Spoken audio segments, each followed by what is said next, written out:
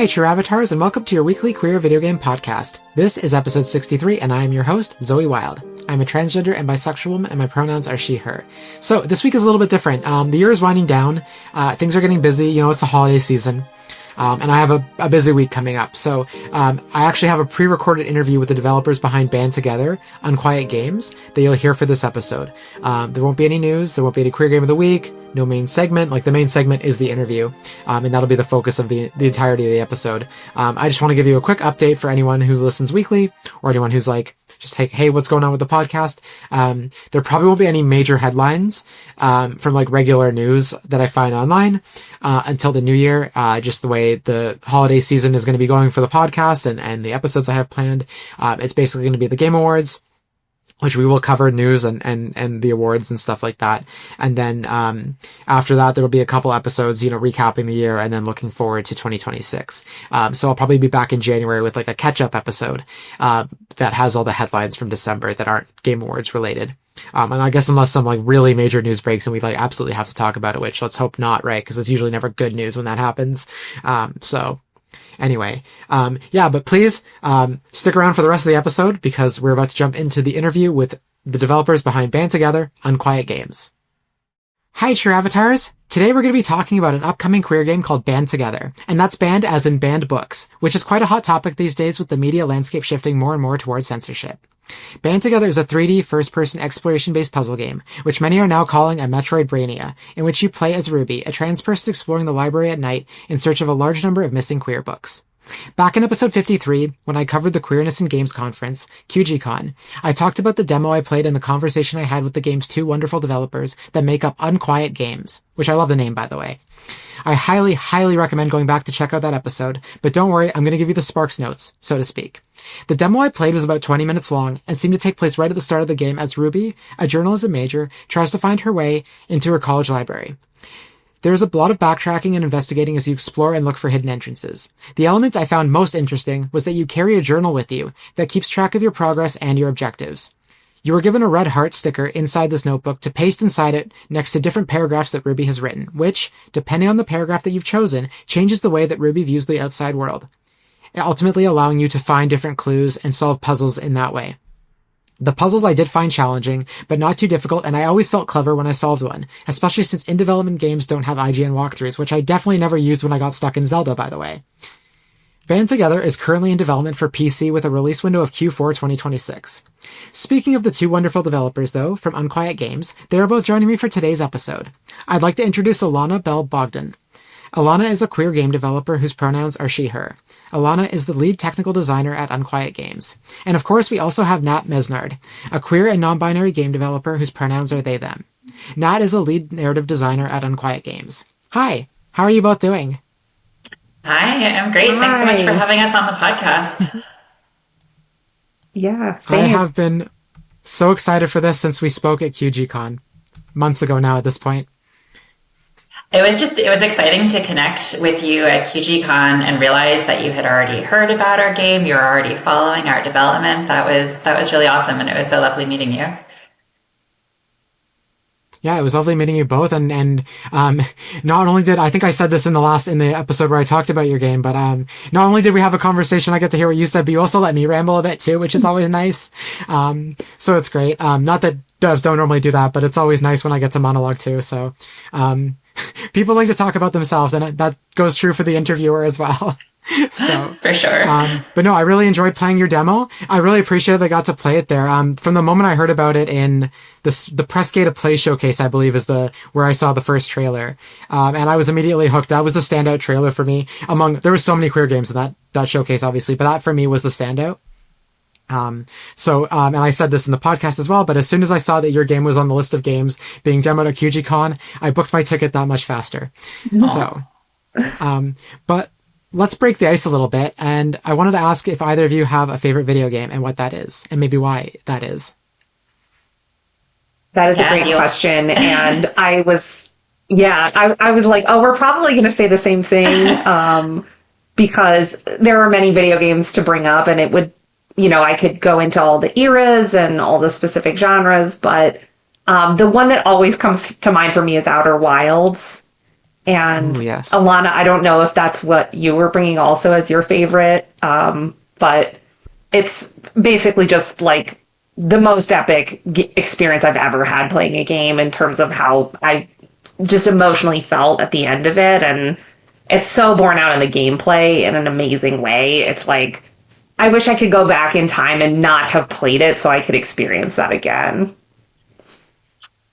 Yeah, I remember the first time that we ever hung out with each other, Nat, we talked about Outer Wilds and how the ending had just made such an impact on both of us. And at a certain point, I think you said, I can't keep talking about the ending of Outer Wilds or I'm going to start crying. And I very much feel that same way. So yeah, Outer Wilds has become one of my favorite games in the last few years. I think for most of my life, my favorite game has been Riven, the second game in the Myst series, which recently got a beautiful remake in Unreal Engine with VR support. That game just did puzzles and environmental storytelling and immersion in a way that I don't think any game had done before, and in a way that many games still struggle to rival for years since.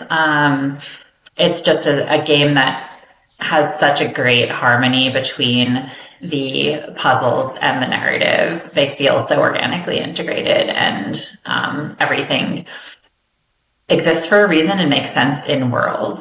And I really feel inspired by that in my own design work. Well, I've never played Riven, but I know enough about Outer Wilds, and also I saw it on your website. So actually, this isn't one of the questions on my list, but I did want to just note that I didn't know about the term Metroidbrainia actually until I looked at your website. I knew what this genre of game was. I didn't realize it had a name. That it's like this 3D first person, basically what your game is. It's a Metroidbrainia, which is really cool. So would you say that Outer Wilds is the game that kind of inspired Band Together? In terms of definitely, it's yeah. Go ahead, Elana. Oh, we both want to be so polite. I'll go ahead and then I'll pass to you. We connected over it so deeply when we first met and when we were coming up with maybe the kind of game we would want to make together. I think we were both connecting with the gameplay experience and feeling that we had when we played Outer Wilds. And then in talking about this game and just sharing that we both love puzzle games of all kinds, I think we were interested in Metroidbrainia as an emerging genre because it's sort of new, and Outer Wilds is sort of the canonical example of a Metroidbrainia, although there are plenty of other games now that are doing this. Animal Well is an example.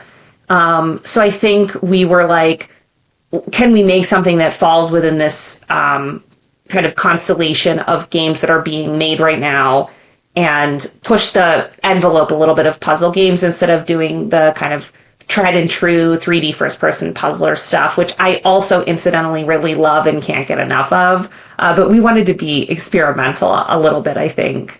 Elana, feel free to add on to that, though. Yeah, I second everything you just said. We actually gave a talk about this at Narrowscope in 2024, I believe, about Metroidbrainias and Outer Wilds and where our work on Band Together fits into all of that. We often reference Outer Wilds when we're talking about puzzle design and mechanics. We'll say, the journal, that is our ship's log. And there's kind of not completely a one-to-one mapping, but in terms of how we think of the layers of the mystery that you're sort of peeling back. And we even had earlier versions of the game that had resources that were a little bit more akin to the resources in Outer Wilds. I guess you have oxygen and fuel, and we had something that was loosely equivalent to that, which we ended up removing. But it's been one of our main touchstones, for sure. That's awesome. So you touched on this a little bit, that when you first met, you spoke about this game, but how did you two meet exactly? Yeah.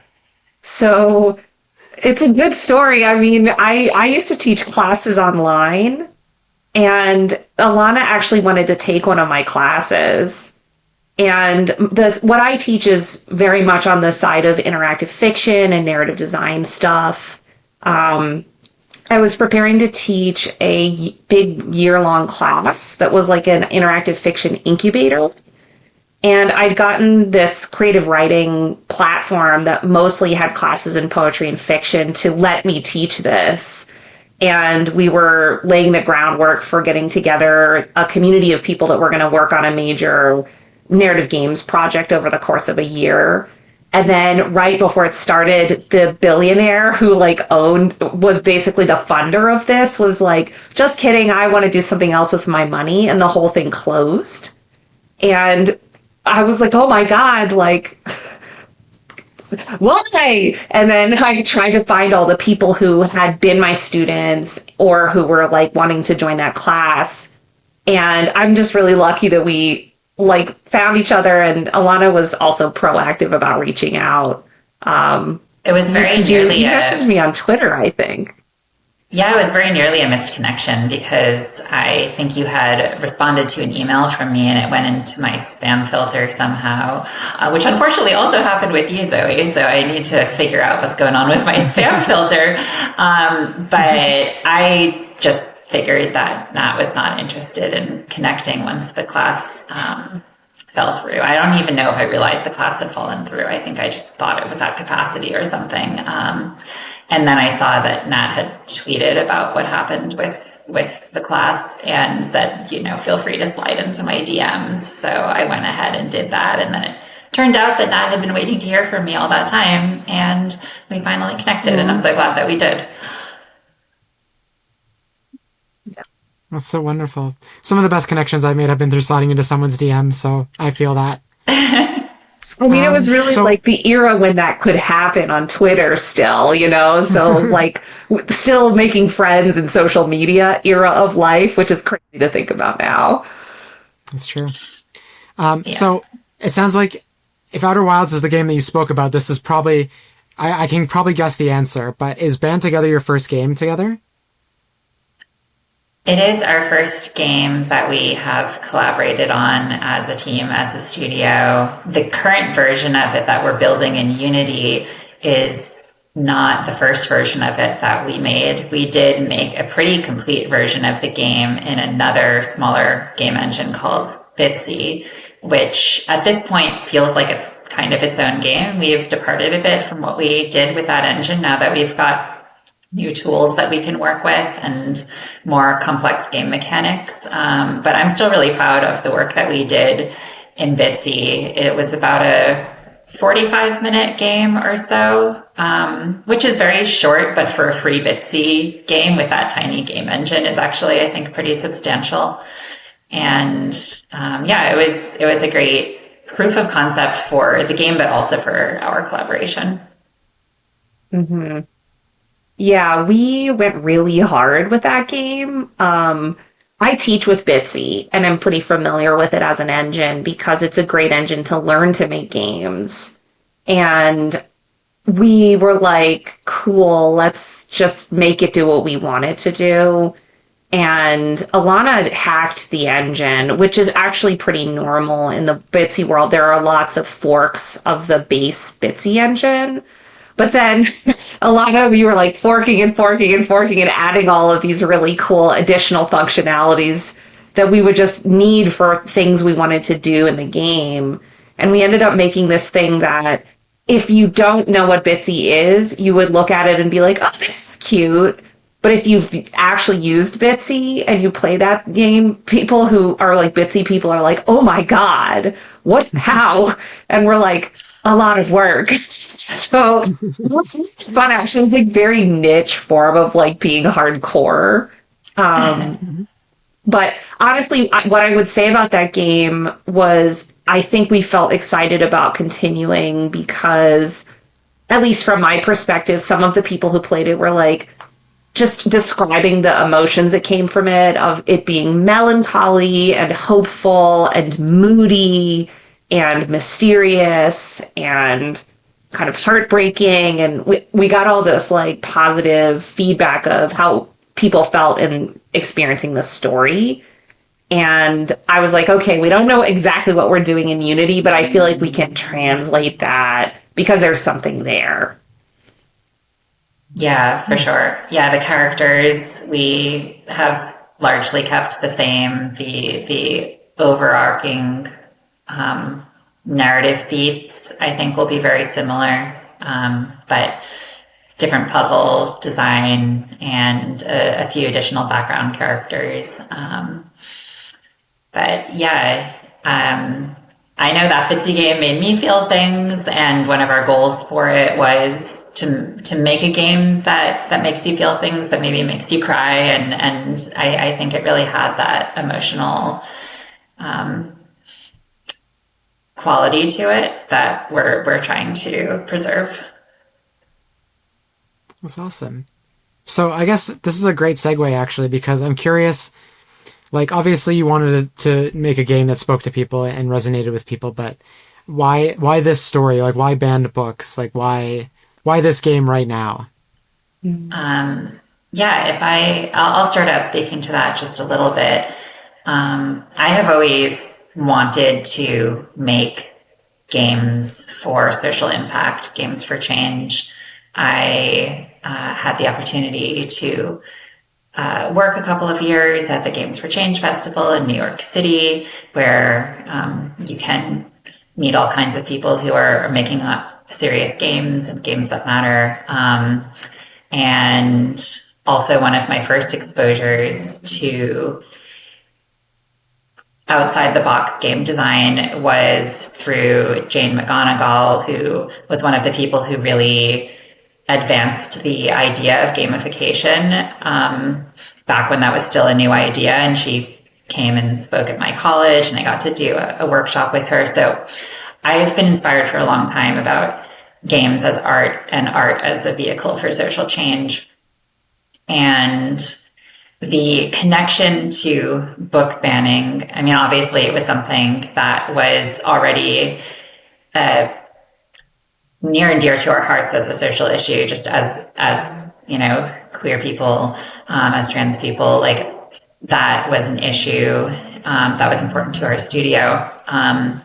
And I happened to know a librarian in the Michigan public school system who had to deal with this issue very directly and was pressured into removing queer books from the schools in the district where she was the head librarian, and ultimately left the district because she was just not able to have the kind of impact that she wanted to have there as a librarian. And you hear about these things broadly in the news and on a national level, but hearing about it from a friend on such a local level, I think really drove it home. And so it was fertile ground for a game for us to work on, a serious game. And yeah, I think it happened to align with some of our other goals as well, for like making a cozy library game and a first person puzzle game. And yeah, is there anything else you want to add to that, Nat? Yeah, I mean, all of that definitely. And we had some great conversations about those things. I would add on top of all of that, that I have wanted to make a first person, like walking sim or puzzler set in a library for a long time. And I actually, like prior to us working together, I had a digital studies fellowship at Rutgers Camden, and I got to work on a game during that. And I never finished that game because she needed like a technical designer. And I'm so much more on the narrative side that my Unity ability is like very hacked together. So sometimes I run into barriers when you need to smooth things out. But that game was also set in a library, and it had queer characters. And it was kind of about exploring a library and exploring a narrative about queerness in the library, and then kind of like getting to, in a design sense, explore like how those things intersect in libraries. Like surreal elements or elements of history, elements of discovery connected with books, spookiness in libraries are like real strong templates in my head for like game settings and design ideas. And then with this, I feel like I was like, oh, I'm kind of taking what's good from that project, leaving behind the things that didn't work. And then we also then were interested in doing this because as I've said, I've been a teacher for a number of years. I teach game design and narrative design. And so I just spent a lot of time with college students. And I was like, great, like I would love to make the characters be college students because I just feel really connected with queer college students when they're in my classes. And we just really, when I have queer students who I get to work with, it's just like we both get really excited about just being on the same page about what we want out of games and what matters to us about indie games. And that spirit of like, just love that comes up in like making this kind of stuff together. I was like, I feel like that can also be part of the way we write the characters in the game and like think through how we're presenting it. Because of course, like there are dark themes in it, but then also like the way that we develop the characters and then wrote this protagonist is just, I feel like I identify with them. I love them. Like, I also feel like I read them a little bit and make them ridiculous at times. And it's a really fun writing situation to be in for a game. So. Wow. So it sounds like you both were like a perfect fit. One of you had the banned books idea. The other one of you had the library queer story going, and it just like perfect match. That's amazing. So I guess my next question, and this might be a shorter answer, and that's okay if it's shorter or longer or whatever, but around when did you start developing the game or birthing the idea, like timeline-wise? Especially that first game that you mentioned, the first version of it. Yeah, so maybe you can help me with the exact dates here, Nat, but it was for the Just Play game jam for social justice. That was the month-long game jam that we entered that Bitsy game into. And I think that was in winter of 2023. Was that right? I think it was 2023. Yeah. So it was like December 2023. We spent a bunch of time hacking Bitsy and making a game. We really only had about 3 weeks. And then we went over into early 2024, polishing it and fixing bugs and making it a little bit better. And then we, after that, applied for the NYU Game Center Incubator, which is a program they do there where you get some money to support your indie studio, and they give you a lot of education on how to make a commercial game. And for that, we developed a pretty early Unity prototype and sort of did a hybrid pitch where we showed the Bitsy game and the Unity prototype and said, we have this game, we want to make it a Unity game and do a commercial release on Steam. And somehow we got into the incubator. So that was like, whoa, now we have to make this a commercial game instead of just like a Bitsy queer project, which is typically what I end up making. So then in 2024 and then earlier in 2025, it was like April to April, basically. We had this like insane whirlwind of like just having it absolutely like drilled into our heads of like what the realities are of making a commercial indie game that you want to release on Steam. It was amazing. And I now know so much more about it. Like, you know, it's funny because I've taught game design for like 9 years, something around there. And I just always was doing it in an art making. Like, I was just like, we need to make things that matter. And then it was like, but here's how to make things that make money. And I'm like, what is this? But it made us like get very serious about it. So then, you know, finishing it in April 2025, we came out of it with all of this stuff like production plans, understanding of the market, how to work with Steam, blah, blah, blah. And then now it's like, okay, now let's actually finish it and release it is kind of where we're at. Does that reconcile, Elana, for you with the timeline? Yeah, for sure. I think it was maybe May or June 2024 that we rushed together that Unity reimagining of the game for the sake of applying to the incubator. And then we had some real gameplay to show off at Play NYC at the end of the summer of 2024. And we've just been plugging away since then. And neither of us went into this to make money off of it, but the more we've learned about the possibilities of co-founding a studio together, the more we've aspired to maybe reach a point where our work could at least be financially sustainable so that we can continue prioritizing it in our lives alongside all the other work that we take on in and out of games. Because for a tiny indie studio, money is almost always the limiting factor. And so it is something you have to think about if you really want to make, a full, high quality Steam release.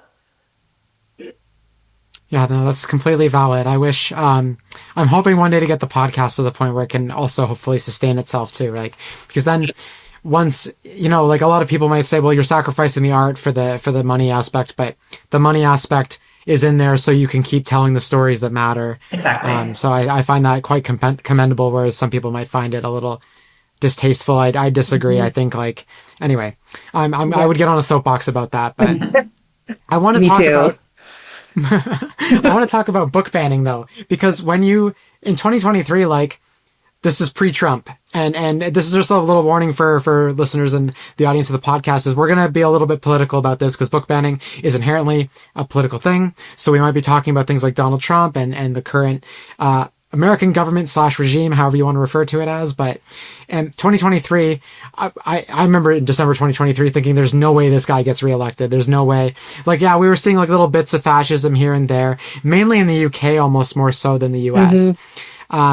But when you did start development on this game, there was book bannings happening and there was censorship starting to kind of happen. But it was a glimmer compared to what is happening now, especially now with video games on Steam, especially queer games and porn games on Steam. So yeah, what has it been like to watch your game become more and more relevant every day? I did notice, I'll just share a little anecdote. We have a Steam page up for our game just to start building community and getting wish lists. And somehow... Go wish list the game, by the way. Yes, please. Band together on Steam. But even though that Steam page has not been up for very long and the game still has probably a solid year and a half of production left on it, our Steam page has already gotten added to a curated list, I believe, of woke games to avoid. So that's cool. We're getting noticed. We're getting out there. Yeah. That's the dream. Yeah, it's interesting because that has actually been a really common thing that people have said is oh my gosh, wow, this is so relevant. And we're always yeah, we didn't, we weren't making it in a mentality of trying to chase trends, which is never a good idea with games. So as you're saying, it was 2023 and we weren't it wasn't Trump got elected and we were we have to make a book banning game. We were just sort of I guess this is relevant, but then that's a horrible thing. So my perception of it is not yay, this is going to be so popular because of book banning is happening. It's just oh my God, that's not a good relevance. But, it's it's a mix. It's interesting to see that people are connecting with it because they're so galvanized about and scared. And it's I want to connect with people. And so I'm in some ways I'm interested in that, making a connection, even though it's happening in a context that's really upsetting. But I don't know. It's scary too. Like the getting added to lists of woke games to avoid, and just the things that stuff happens continually today that's like gamergatey, and like it's just specific different people or specific different games will have these incidents, and you wonder like, will I have one of those? Let's see how many death threats we can get, but also crazy to be like, oh, there's like a person walking around in a library. Like, I don't know why someone would, but people do, Yeah, there's been a few times where I've been trying to verify if a game has queer content in it, whether that's characters or the developers or just like a storyline in the game, what have you. And sometimes the only confirmation online that a game is queer without having to like go in and play through the whole game. And I wish I could play every queer game I come across because there's so many wonderful ones. But sometimes the only thing I'll find is one Steam post being like, there's a gay character in this game. And I'm like, oh, someone's mad about it. It must be true. So then I know the game, then I can verify it. So in some roundabout way, maybe that will help. I don't know. I think if a game is on a woke list, I think it's really cool, but no, it's like, it does get scary too, because earlier I mentioned the Steam censorship of porn games. And so for anyone who doesn't know, might be listening, or maybe some context for you both as well. Earlier this summer, we started to see a bunch of games get deleted from Steam, a bunch of games get delisted from itch.io, games that had sexual content in it.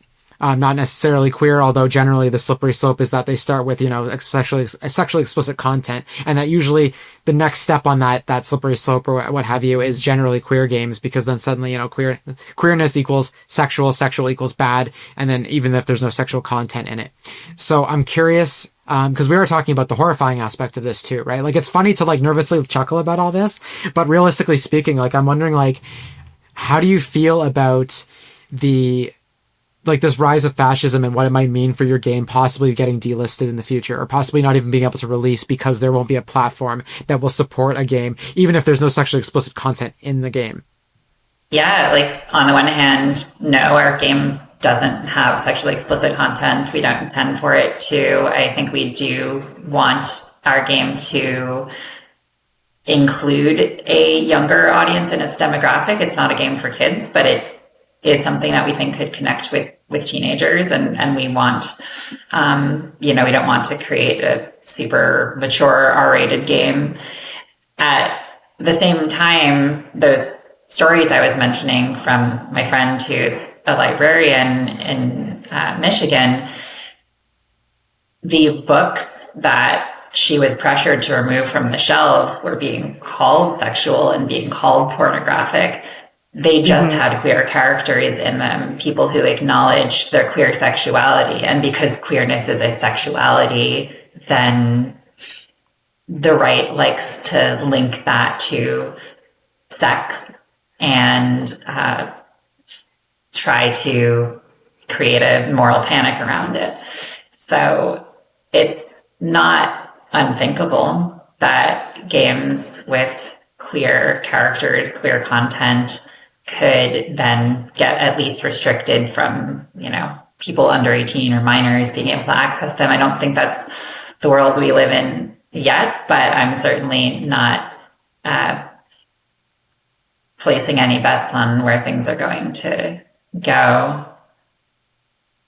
Yeah, and one thing, there's so much to say about this, and this is another like soapbox where I could just talk about it forever, because I think about these things a lot. What's interesting about Steam is that even if Steam isn't censoring queer content and sexual content, the way the economics of Steam function are such that if you want to make money on there, you tend not to make games with that content anyway. So even outside of the existence of like a fascist kind of impetus to like even more aggressively censor, there's like a systems censorship that happens because of the way the money curves work and what can actually make money. And it's like one of the things we've learned in making this game and thinking about releasing it on Steam is that it's really challenging to make money with a game that is explicitly political, that tells a specific story about a character and is queer. And so you have that reality. And then there's also the additional reality of kind of like, it's like the rise of fascism, like in this context, is like the rise of like stoking the fire of people enjoying like creating mobs and being angry. So it's like there's like an existing oppression that indies deal with and queer game makers deal with. And then there's also like a climate right now that's extremely polarized and frightening. So it's like there's these different forces kind of like swirling around queer games in general. But then, you know, if you think about like the history of queer media, there have been so many different eras where these same things happened, where it like, I've been reading this history of drag in New York City called Glitter and Concrete. And it's a really fantastic book. I'm interested in drag for multiple reasons. And the historian in this book tours you through queer history kind of broadly. And in the 50s and 60s, there was like scenarios where, like, you know, for example, someone like signs a single with a record company. The record company, this was an anecdote told in this book, throws out the singles when they find out that the person who was singing the song is gay. And then homeless people come, take them out of the trash and start selling them. And then the person blows up because of that. And I was just like, oh my God, that's insane. Like, it's that same feeling of like total instability, total resilience. And like the fact that that's still kind of how it feels now is also like, I don't have a conclusion to it, but I just like, I feel like there's multiple kinds of things going on with it. And like being in this space, it's just sort of like, whoa, like it's almost like overwhelming. And you have to kind of be like, at the end of the day, I got to sit down in the engine and just work on the game. Yeah, that's completely valid. When the first 10 episodes of my podcast, I released through Spotify's hosting platform. And then I realized it wasn't really pushing the podcast to other platforms. So I moved over to a different service. And this service, immediately, as soon as my podcast got transferred over, it removed every instance of the word gay and every instance of the word queer. And the only way I could get it to be reinstated was if I labeled the entire podcast as explicit. And I'm like, well, what if there's a gay teenager that wants to listen about queer video games? Like, I don't think, first off, I'm of the opinion that, like, unless they're really little, like, any person of any age should be able to hear things about sex, because I think we put all this emphasis on sex being, like, taboo, but, like, violence is okay. And I think we internalize that, and we decide, well, okay, violence is okay, but sex is not. And then suddenly the way to get to sex becomes almost violent. Again, another soapbox I could get on, but, so I've been just like slowly, as when I did the video version, I stopped, but I've also been very careful about using words like sex and talking about sexually explicit things. Whereas before, when it was explicit, I was like, okay, we're okay with swearing. We're okay with talking about sex. Like, as long as we're not super, super explicit. But it does bother me when queer games and queer content in general just gets lumped in with like porn because it has a trans person or it has a gay person in it. It's like, and then the argument becomes like, well, it's what do you do? Because then it becomes like, well, what this person does in the bedroom is none of my business. Like, okay, but I saw another video on the internet the other day where someone is saying like, queerness is not just in the bedroom. As a queer person, you exist everywhere. It's not just in the bedroom. You don't stop being queer when you walk out of the bedroom. That's why they call it like coming out of the closet, right? So anyway, another soapbox. I'm sorry. I'm like getting very distracted. So I guess I do have a curious follow-up on this. And if you don't have like a concrete answer or plan, I'm not asking this to like overwhelm. I guess I'm just really curious because I'm sure any answer you might give might also help out other queer developers and also gamers who might be looking for stuff in 1-2 years, depending on how things go, right? So I'm curious if you have a backup plan in the event that like places like Steam and itch aren't even allowing games like yours on the platform, despite being completely safe for work. One thing that Nat and I were discussing the other day is that showing up at events like the Queerness in Games conference and all the other events and community spaces that we show up in creates an in-person connection and opportunity to engage with people face to face and literally just put our game in front of people who might be interested in playing it. I don't think that our dream is for our game to only be available at niche in-person installations, but I do feel that building local networks of support, building in-person community, adopting that spirit of mutual aid and grassroots movements is really powerful in the face of fascism, in the face of censorship.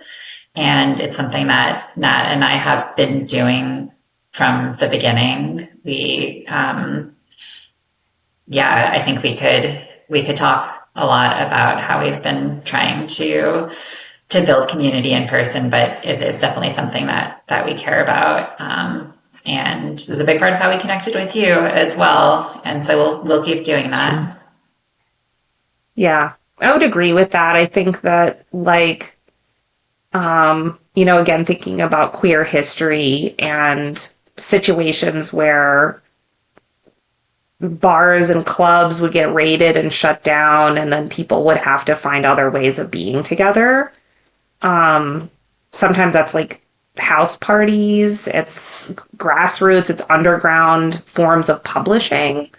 Like zine culture is all what that is. And I'm actually just really interested in how people get things out when they can't use like dominant forms of like platforming.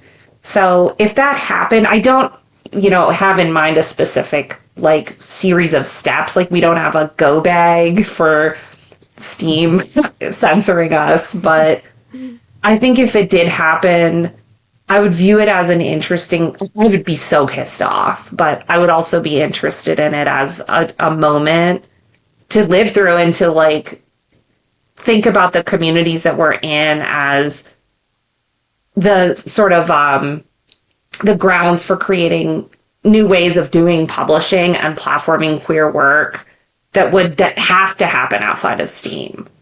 So I think, a lot less people would probably play it, but it would be interesting to see like the new structures that would come up if that happened. So I hope it doesn't, because that would be like really freaking dark, but I also think it would be an interesting problem solving scenario. So like if it happens, we'll deal with it, I guess. That's a fun way to look at it. I was also going to suggest you could throw your game on a bunch of flash drives, throw the flash drives in a New York garbage bin, and let New York do the rest. I know. Well, like, and I feel like also, like, there's more people working on these, like, weird, like, handheld things. Like, what's that one where it's, like, you're watching TV on it? It's this new, like, weird little console that comes with these little games on it, and it's like as though you're tuning into TV shows. I'll have to look up what the name of it is. What's that? Not the Playdate, something newer. I don't know. My first thought was the Playdate as well, but I don't think that matches up with I don't think it's that. Yeah, I think it has a name that begins with a Q. I'll look it up if I get a second, but, like, they're just, like, interesting, like, handhelds and like weird consoles that are being made right now that make me feel like those are also their own platforms. Who knows if we could put band together on that, but like, Steam is a monolith, and there are also other places to go. The Game Boy, but it's GAYME. That's what we need to get out there. We'll do a Game Boy. Okay, anyway, sorry. Let's go. Okay, so Let's move to happier topics. Let's talk about, Band Together inherently has that element of like darkness to it, right? Because it's talking about banned books. But you're making a game. The game, what I've played of it at least, is very fun, very interesting, and it definitely like scratches an itch in my brain for like puzzle solving. So let's move like over to that element of it, and I will say that that's happier. But And you've kind of talked a little bit about this too already, that you mentioned Outer Wilds and a couple other games, but I'm curious, like, what other games you're looking to for inspiration, if any?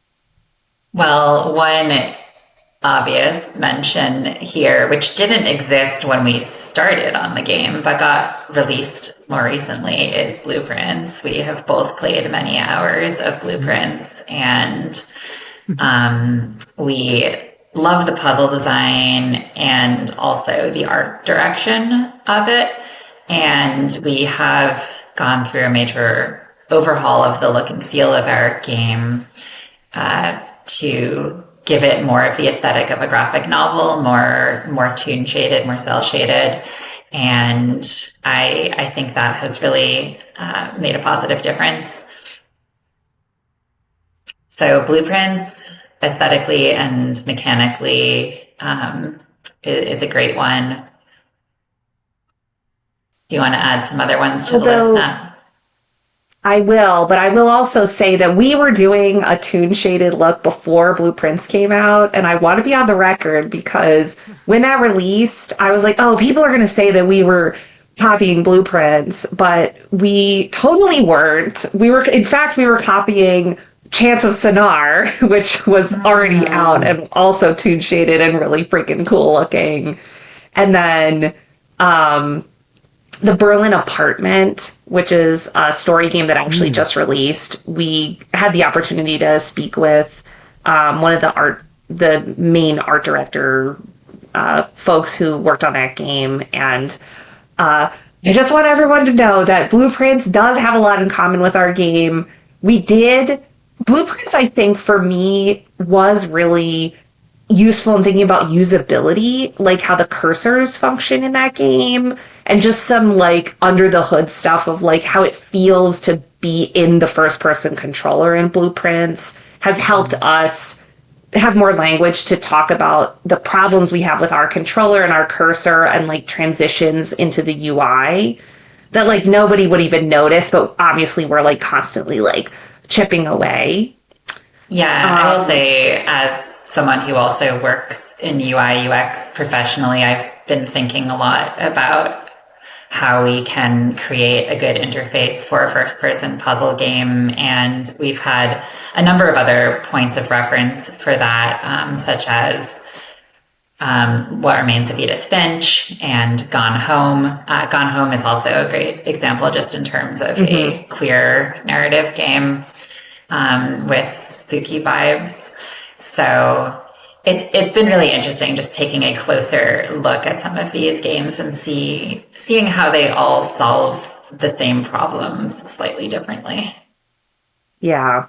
Gone Home is a big inspiration for me. And I would, if I wasn't working with Elana, I would probably make a walking sim because that's what I am kind of capable of doing in Unity on my own. And I love walking sims. Like, I love feelings. I love story. The other game, though, that I take a lot of inspiration from, which, Elana, at some point you should play this. There's so many games that one needs to play, but there is a game called Quern Undying Thoughts, and that is also a first-person puzzler, strong Myst vibes.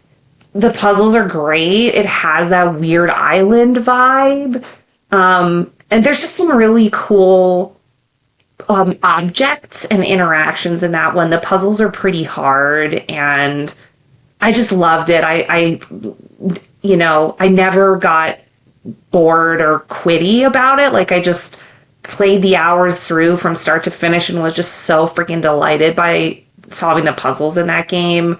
So when we're working on puzzles in our game, I sometimes want to be like, okay, what's Quern, but like more Metroidbrainia. Yeah. Yeah, Quern is one of those games that comes up a lot in Myst community as a Myst-like game that people should play if they also liked Myst. Yes, it's so good. And just for the audience, just in case I missed this in the show notes later, because this week is going to be a busy week for me, and the show notes might not get as much attention as they normally do. But that's Quern, Quern. I looked it up now. It has a very beautiful art style, and I recommend. And I didn't realize, actually, I've never heard of this before, but it's been out for almost 10 years now. Wow. Okay. Yeah, I played it quite a while ago and was just to this day, I'm always like, I love horror. And like, I randomly started playing it again one time recently, just being like, okay, how exactly did that work? Because I think there's just there's just little details like what the cursor looks like when it goes over certain things that you're like, okay, how did another puzzle game do this? I will also just mention for the art style, you mentioned Chance of Sonarna, but I think actually the first point of reference for us was Sable. And oh yeah, we watched the design talk about the art direction of Sable and took some inspiration from that. Yeah, that's a beautiful game. that's a game I didn't know was queer until I booted it up, and I was surprised at how very gender fluid all the characters were, and I really loved that about it. And it seemed very like it wasn't a big deal. It was just kind of there, and then you were playing the game. Anyway, let's talk about Band Together for a second, though. Or at least let me get back to a Band Together before I start rambling about other games, too. When I played your demo, I remember looking through the in-game bookshelves and doing a double take, and I'm sure you remember this, too, but because I mentioned it also in the last podcast recording, but I remember opening up a book, and when you find a book in a video game, generally there's like a couple of pages you can flip through, and then it kind of like the UI turns off the page turning button.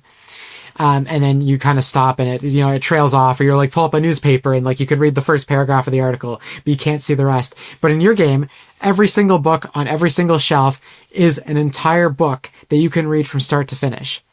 Can you explain what the F? Yeah, Alana, why is it like that?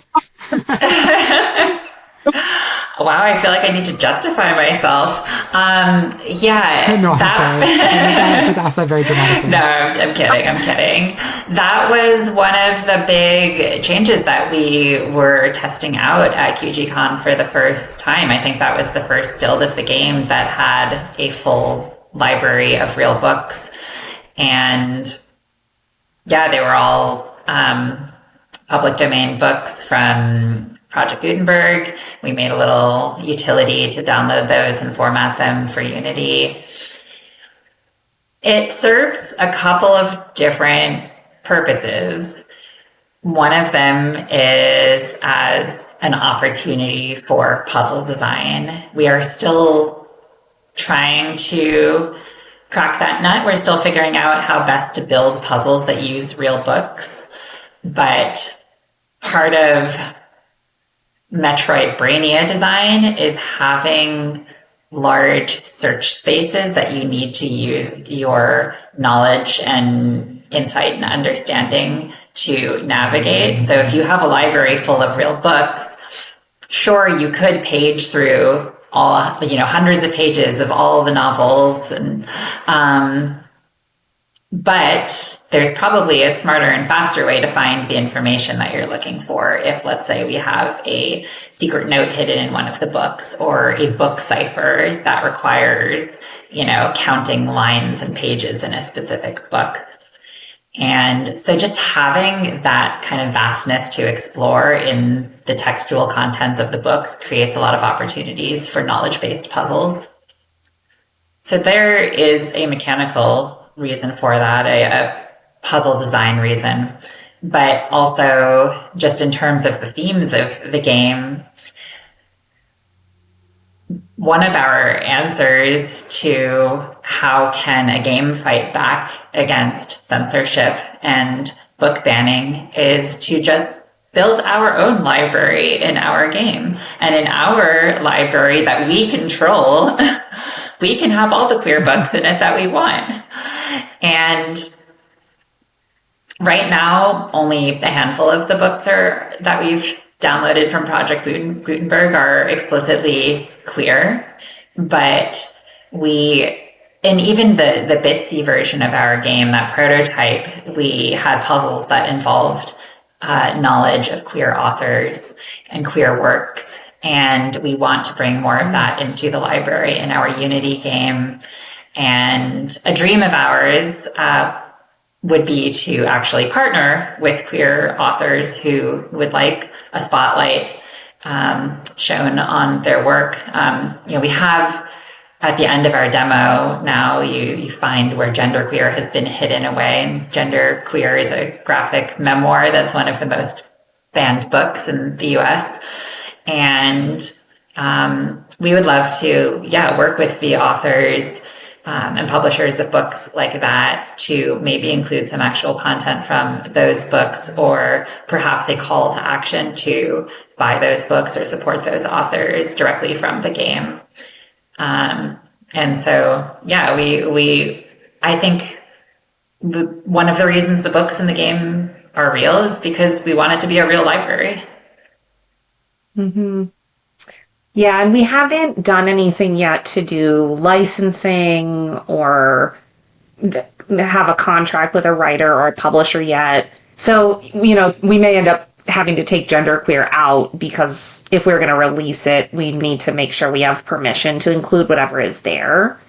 But we have been talking about that through the entire lifetime of the project, and seeing if there is a publisher or a writer we could talk to bring it in. And it's so fun, because it's like when we do get permission and are able to bring in some books, it's like, then we take the cover and we like make it the texture on the book. And it's like, for some reason, I love a 3D representation of like a real thing that isn't just an abstraction of the thing, but is like actually like the tiny version of it in the world of the game that is the equivalent of the thing in the world, if that makes sense. Yeah. Yeah, I think it's amazing that you're including real books. My only real hang up is as a person who doesn't like reading ebooks, I don't know that I would actually sit and read through something. But I think having the option there, because I really I'm a huge proponent of physical media. There, even at QGCon, there was someone selling physical queer games on flash drives and cassette cases, and I still stopped and I picked some of those up, even though it would have been cheaper and more economical for me to buy the game on Steam. But just having a tangible thing to flip through, I think that the novelty of a Kindle, for example, is really cool, and I really like the way those screens emulate the way a page looks. But there's just something about feeling a page turn. But I might be in the minority of that. So I do hope that and maybe someone will discover a book they've never heard of through your game too. So speaking of QGCon though, because Elana, you answered my other question about whether you were going to work with queer authors. How did playtesting go at QGCon? Because I played it, and I'm sure that I gave you valuable, or at least feedback, maybe not valuable feedback, but at least some kind of feedback. But I'm curious if more people got to play it, and if you walked away with helpful information. Yeah, I mean, we always find every playtest helpful. I think when we're playtesting with someone who is not a game designer, often the most helpful thing is just to observe how they play, what their intuitions and assumptions are, where they get frustrated, what they want to be able to do that the game doesn't currently support. But in a space like QGCon, where not only do we have sort of our ideal demographic of geeky queers, but we also are surrounded by other game designers and game makers, it's really fruitful to just be able to talk with people about what they think about the game, and to kind of pick their brains a little bit for their own design insight. So yeah, we had a lot of great conversations. Avery Alder, the keynote speaker, I think, who is someone we both look up to a lot, came by and played our game, which we really appreciated. Hopefully had nice things to say. Yeah, she's very sweet. Yeah, she was really nice about it, and it was like I always get so weirdly just verklempt around her, because I'm so I don't want to say I'm obsessed. I just have taken so much from her intellectual work over the years in my tabletop game design practice, and I also studied with her at a game design retreat. It was a residential retreat called Designing Games That Matter. And I was it was the thing we were talking about before we started, went on the podcast about watching other people play. the game. Like, I'm standing there and I was like, I can't watch her play it. It's too much. And Alana was like, don't you want to watch Avery Alder play? And I was like, I can't. But like, she was so sweet at the end. No, I totally get it. I always like to take lots of notes when people are playing, so that we remember everything and can kind of process it together later. But it is both exciting and terrifying and painful to watch someone play your game, especially when you have more new untested content, or especially when you already know that something is broken and you haven't had a chance to fix it yet, and you're just kind of dreading them hitting up against that same issue that you've seen other people hit up against. Yeah, that's the dynamic where it's like the person's doing something and then you turn around and the game designer's just like, oh. Like, if they do that, they are rolling their eyes at their own mistake that you just ran into, and they're like, just ignore that. I screwed that up, you know? Yeah, for sure. I have almost never, I will say, gotten upset with a playtester. Like, as long as someone is engaging sincerely with the game, I don't think when you're playtesting that there's really a way to do it wrong. Because in our minds it's just a reflection of what we created, what we're putting out there, and whether or not it actually connects with people. And that's why playtesting is so important. You just don't know, like, outside your own head or even outside of each other's heads, since we, have been just talking about our design practices so much over so much time. We don't really have outside perspective on each other's work even. So it's just so important to have playtesters who give you that perspective. And if it doesn't go well, that's on us. Yeah. But I will say for QGCon specifically, I think it was a really positive outcome because we crunched less leading up to it than we have in the past when we get together demos.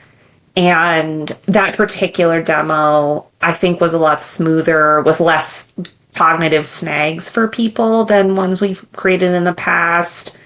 And it's kind of been like that demo has been responsible for us now being able to kind of work to finish pre-production, like, well and good by the end of this year, so we can do 2026 as our, like, game production year and build out the rest of the content.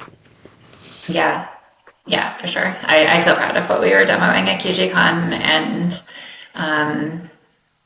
we're doing some more experimental playtests currently, and then hopefully we'll have everything locked down, by the end of the year. So I guess I have two kind of semi-related questions that kind of bounce off that and lead into the next question, but I guess my first question is, are there any upcoming conventions, conferences, physical places people can go to play the next demo in the coming months? That's a good question. Actually, we don't have anything planned as of this recording, but we tend to try to hit up a couple local ones in New York from time to time. And I know that there's been some, at least in my circles here, just push to create spaces where indie designers can showcase.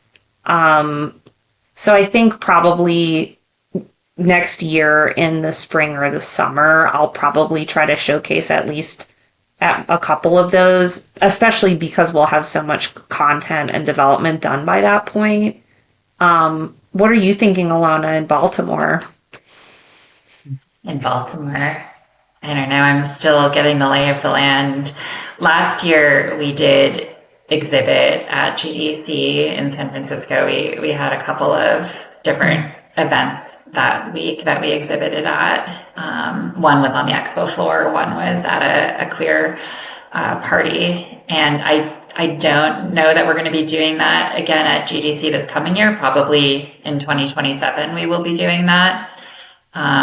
So we're kind of planning into the more distant future right now, since I think we're reaching a point where we're going to just be kind of heads down actually making the game. And we've spent so much time on playtesting the demo to really crystallize the mechanics.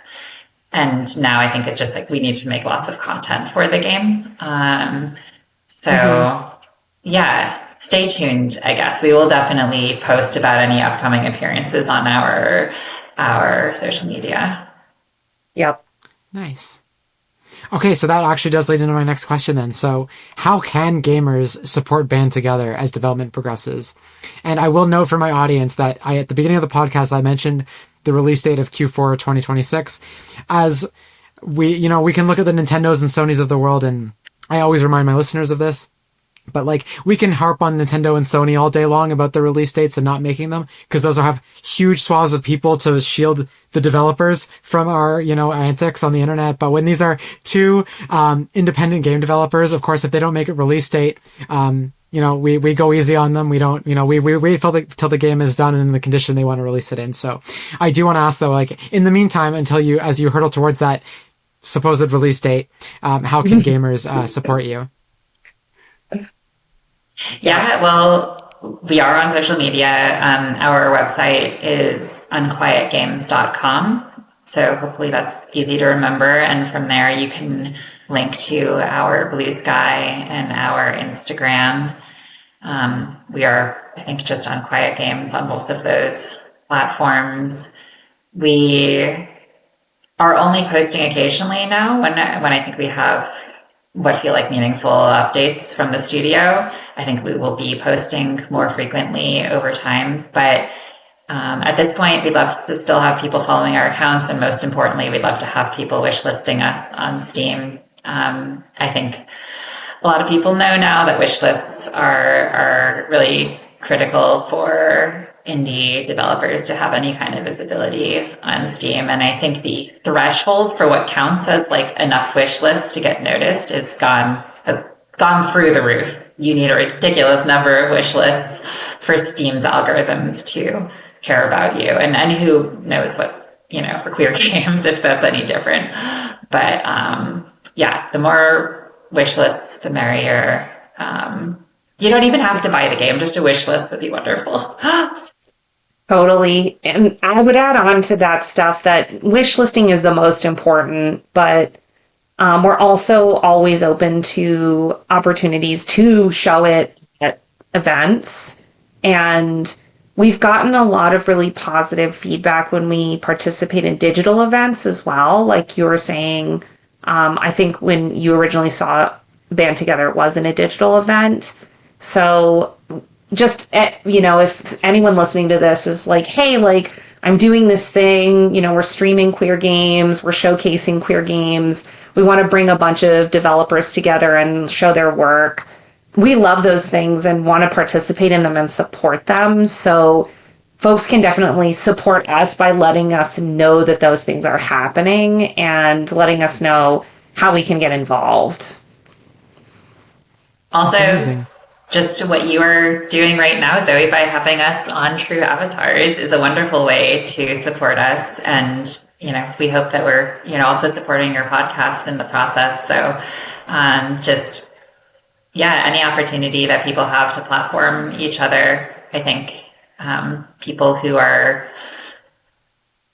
in the indie world, whether it's indie games or indie journalism, indie content creation, I think, we all need to support each other. Well, I have 2 points about that. First off, thank you so much for being on the podcast. I found my experience at QGCon very refreshing because I was actually the only content creator that at least I knew of, because whenever a question was asked, I was the first person to ask it. Like whenever I was in a space with other, queer content creators and it was mostly game developers and students there. So I was a little worried that being in a space like that was going to be intrusive, because I feel like games journalism especially gets a really bad rap. And I really, really am trying my best not to be that person. I just want to platform cool games. I want to talk to cool people. I want to, keep, and it's very niche too. I don't know if every queer person who plays video games wants to hear about, their struggles and their identity every week in a podcast, but I at least want to offer that. But, I do also plugging the podcast a little bit here. Every time I have a developer on, every time I talk about a queer game, if there's a Steam page or an itch.io page, somewhere where I can actually link to that can get wishlist, there's always in the show notes, you will find a link to the game. And that includes today, you will be able to find the link down in the show notes or in the description on YouTube, the link to Band Together on Steam. So there is almost no excuse to go wishlist it, because remember, you don't have to buy the game. Even wishlisting it after it's out still helps the algorithm. It still helps bring attention to it. And also there will be a link to the unquietgames.com website where you can then go find the social media accounts that were mentioned as well. Thank you so much for both of you joining me today. I know we're kind of at time, but I just wanted to ask if you had any final thoughts, anything I didn't ask you that you might want to talk about before we wrap up for the evening.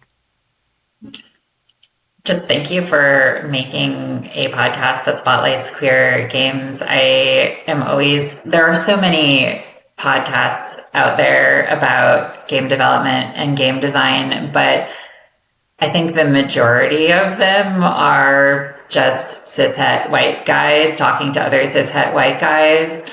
And I'm always trying to find content that comes from queer voices, from people who are gender marginalized in the industry.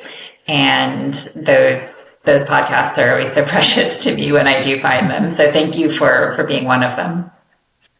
Absolutely. I'm so happy to do it. I hope I can. My fear is that, because I'm not the first person to do this, but every time there is a source of queer games journalism, it either it comes to an end or it falls by the wayside. Like I noticed Gaming Mag really only ramps up in the months before Christmas. And then when January hits, they kind of don't post anything. And then every queer podcast I found before this, only ran for a year before it. And I see why now. It's really hard.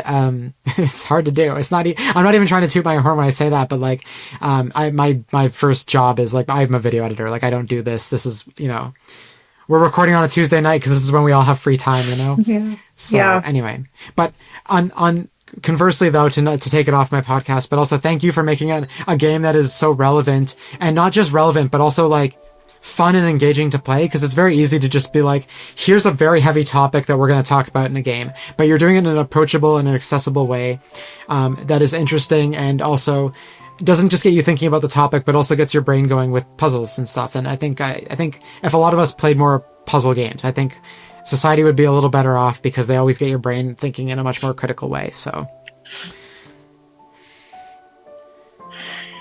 yeah, thank you.